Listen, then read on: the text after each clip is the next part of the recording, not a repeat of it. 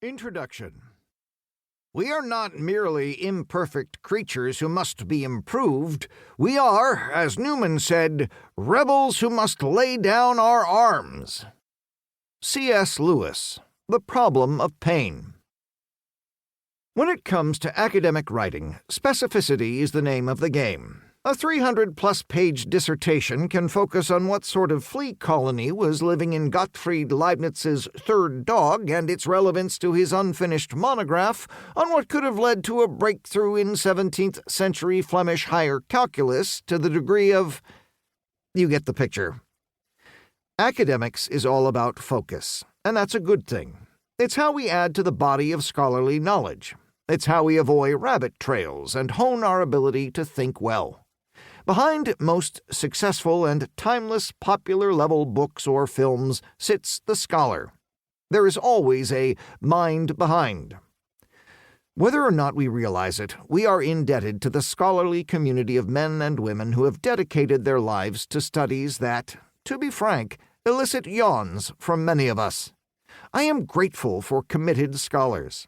The person whose life is dedicated to seeking truth or the good, whether elusive philosophical proofs or a cure for debilitating illnesses, is worthy of our respect. A willingness to self-assess and, if need be, discard one's hypotheses if they are shown to be lacking distinguishes thinkers from fanatics who happen to have a degree next to their name. True scholars follow the evidence and resist the urge to cancel their opponents. This book, however, is a bit different. Rather than a hyper-specific academic monograph, it is an overview of some of our time's pressing faith questions. Whereas my past writings have been laser-focused, this work casts a wide net because, outside the ivory towers of academia, we often do not have the luxury of tightly focused conversations about our faith.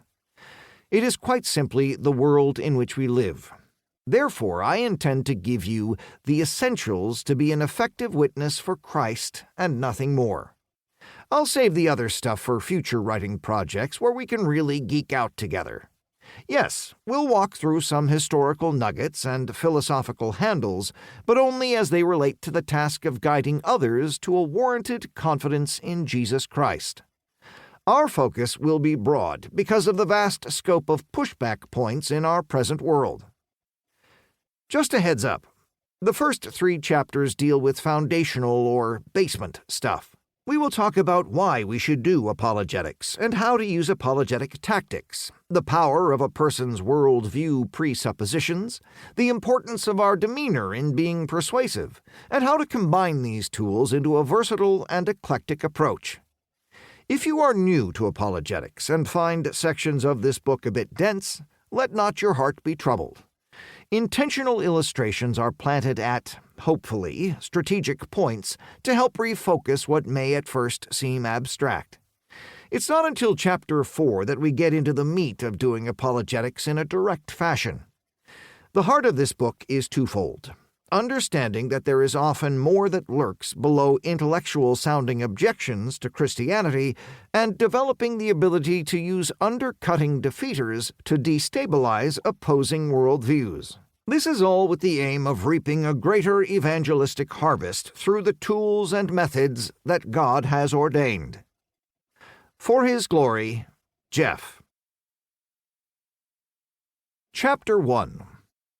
Call of Duty. Not the video game. I am not a gamer, unless you count pre-internet era afternoon sessions of Duck Hunt and Super Mario Bros. At a friend's house while trying to drown out the sound of Mom's TV in the other room as she watched As the World Turns. I'm actually too afraid to try gaming at this stage in life, simply because I may like it. If I were to like it, I would most certainly fail life as a whole. It's a margin thing. But I do remember when Call of Duty first hit the market. Friends, colleagues, and family members devoured it like pepperoni pizza at a Baptist youth lock-in. But beyond all the tactics, fanfare, and less-than-sanctified trash-talking with online opponents is the very name of the game, Call of Duty. The game is based on the Allied nations answering the call.